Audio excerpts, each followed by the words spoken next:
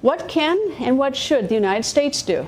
Dick Durbin is a U.S. Senator from Illinois, home to about 1,500 resettled Rohingya refugees. I asked Senator Durbin whether it matters that we call what happened to the Rohingya ethnic cleansing or genocide. It should. I mean, that is a word that should not be used lightly. It should be used carefully. And it appears that there is no other conclusion we can reach from what happened to the Rohingya in Myanmar. There was a conscious effort to displace, murder, and rape these individuals. If it isn't a genocide, nothing qualifies. Tell me, what's the status of sanctions, the possibility of them? Well, unfortunately, under the rules of the Senate, any senator can slow down or stop a measure, and we have the opposition of the Republican Majority Leader, Senator McConnell, who doesn't want us to take specific action in this situation.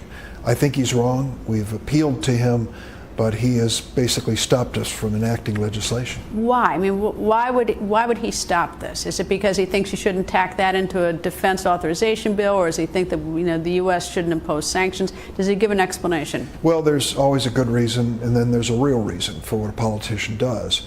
And whatever the procedural defense that's used by Senator McConnell, the real reason is he is close to Aung San Suu Kyi.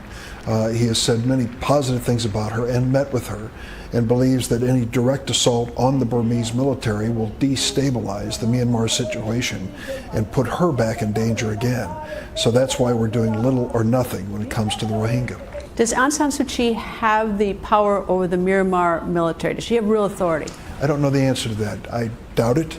I think that she has a position, a title, some authority within the country. She, of course, is no longer under house arrest, but her control over the Myanmar military, I think, is very limited, if at all. Well, she doesn't mention the word Rohingya, which a lot of people in Myanmar do not say the word Rohingya. It's as though they are invisible and don't exist. She says that these are Muslim terrorists, and you say what? I say that this is a situation I never imagined I would find in modern times, let alone the 21st century. When you visit this part of the country in Myanmar and people stop you in mid-sentence and say, don't use that word. There are no such thing as Rohingya people. They want to obliterate the identity of these people from any conversation or policy. Like Aung San Suu Kyi, they want them to be identified as some visiting Muslim group that needs to go back home, in their words. We know, in fact, that there's a rich and long history of the Rohingya in Myanmar. Do you have any idea why in 1982, when they passed the law, the citizenship law, that they let many ethnic groups become citizens, but as for the Rohingya, no. They made them stateless and wanted them out of the country? It's hard to really explain, because there were so many different tribal and ethnic identities that they recognized within their own country of Myanmar, but not the Rohingya. And to go and visit, as I did when I was in that country, in Sittwe, to go and visit an actual barbed wire concentration camp with Rohingya people, you shake your head and you think, how could they rationalize this? How can they say to these people, you are confined behind barbed wire, you don't have access to the outside world? Aung San Suu Kyi got a medal from the U.S. Congress. I think it was in the year, it was originally authorized in about 2008. I think she got it about 2012, the Congressional Medal of Gold. Should that be rescinded? Well, I can certainly tell you that the impression many of us had of her and her courage when she was confined by the Myanmar military has changed dramatically because of this Rohingya crisis.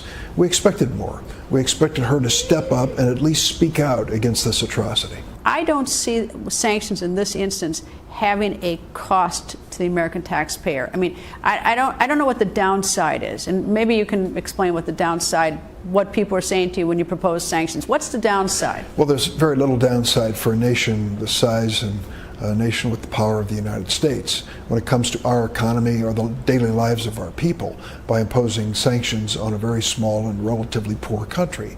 That's a fact. But doing nothing, ignoring it, is unacceptable. And I think by imposing sanctions and inviting other nations to join us, we are making an important statement about what we expect in a civilized society in the 21st century.